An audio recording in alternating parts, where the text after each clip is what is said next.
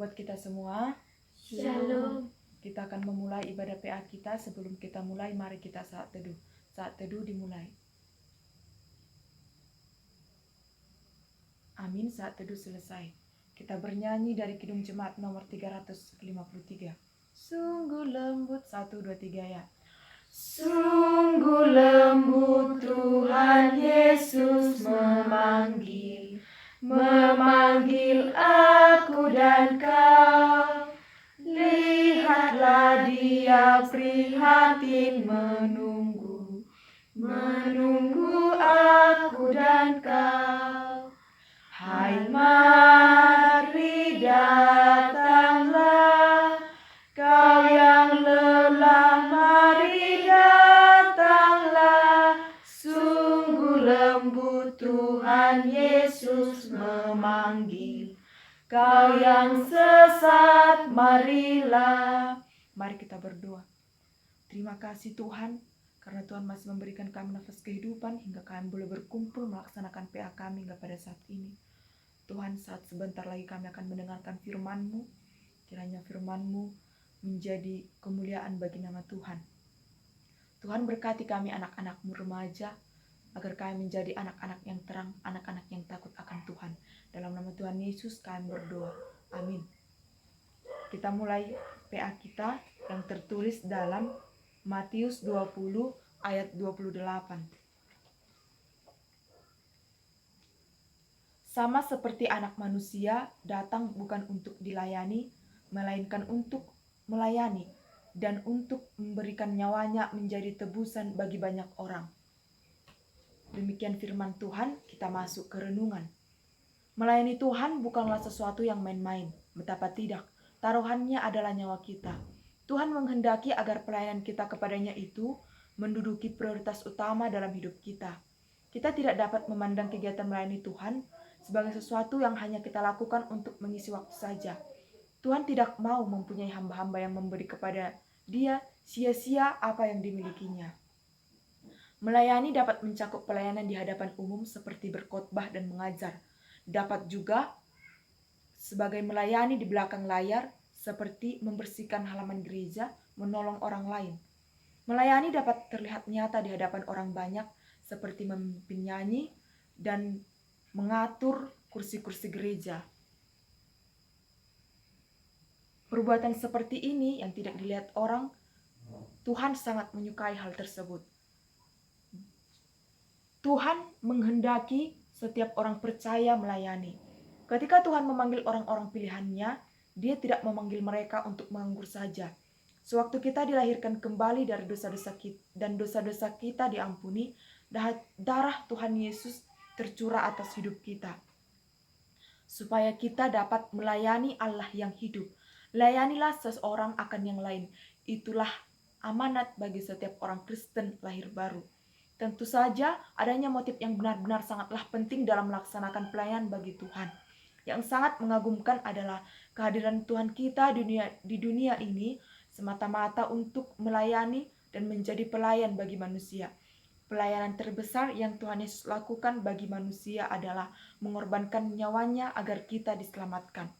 Adapun bentuk pelayanan kita di dunia ini adalah melakukan tugas yang telah Tuhan berikan kepada kita dan meneladani kehidupan Kristen sampai selama-lamanya selama kita hidup di dunia. Demikian firman Tuhan. Saudara-saudara remaja sekalian, dari penjelasan yang saya berikan tadi atau dari nats Alkitab, apakah ada pertanyaan? Apakah melayani Tuhan merupakan pilihan atau tujuan hidup kita? Apakah melayani Tuhan merupakan pilihan atau tujuan hidup kita? Tentu saja. Alasannya adalah kita dipanggil untuk melayani Allah. Alkitab berkata, Allah membentuk kita supaya kita melakukan hal-hal baik yang telah dipersiapkan untuk kita. Ini tertulis dalam Efesus 2 ayat 10. Hal-hal yang baik inilah pelayanan kita.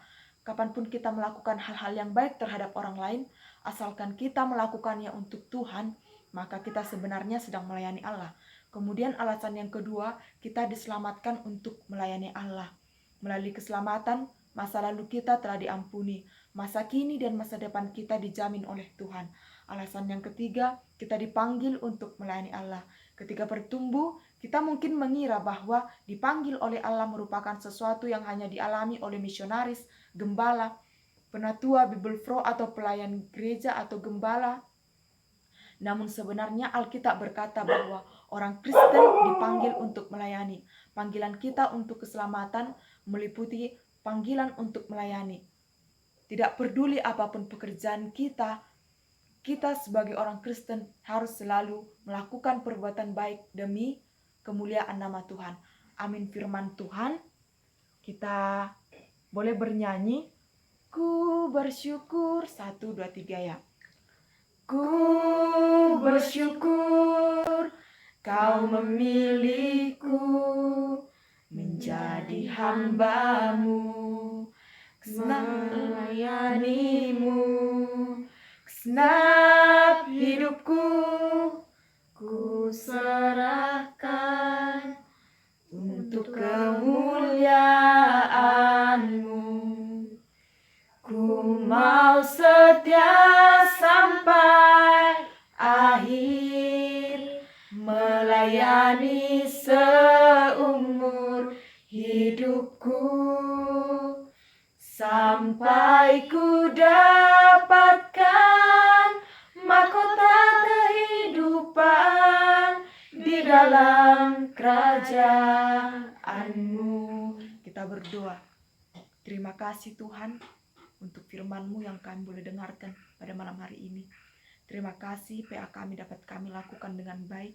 Kiranya kami anak-anak-Mu menjadi orang Kristen yang mau melayani Tuhan. Kami boleh berbuat baik untuk sesama kami hanya untuk kemuliaan nama Tuhan. Aktivitas kami selanjutnya kami serahkan ke dalam tangan-Mu Tuhan. Tuhan yang menjagai kami. Amin. Mari kita berdoa Bapa kami. Bapa kami yang di sorga, dikuduskanlah nama-Mu, datanglah kerajaan-Mu, jadilah kehendak-Mu di bumi seperti di sorga. Berikanlah kami pada hari ini makanan kami yang secukupnya, dan ampunilah kami akan kesalahan kami, seperti kami juga mengampuni orang yang bersalah kepada kami. Dan janganlah membawa kami ke dalam pencobaan, tetapi lepaskanlah kami daripada yang jahat, karena Engkau yang mempunyai kerajaan, dan kuasa, dan kemuliaan sampai selama-lamanya. Amin. Shalom. Shalom.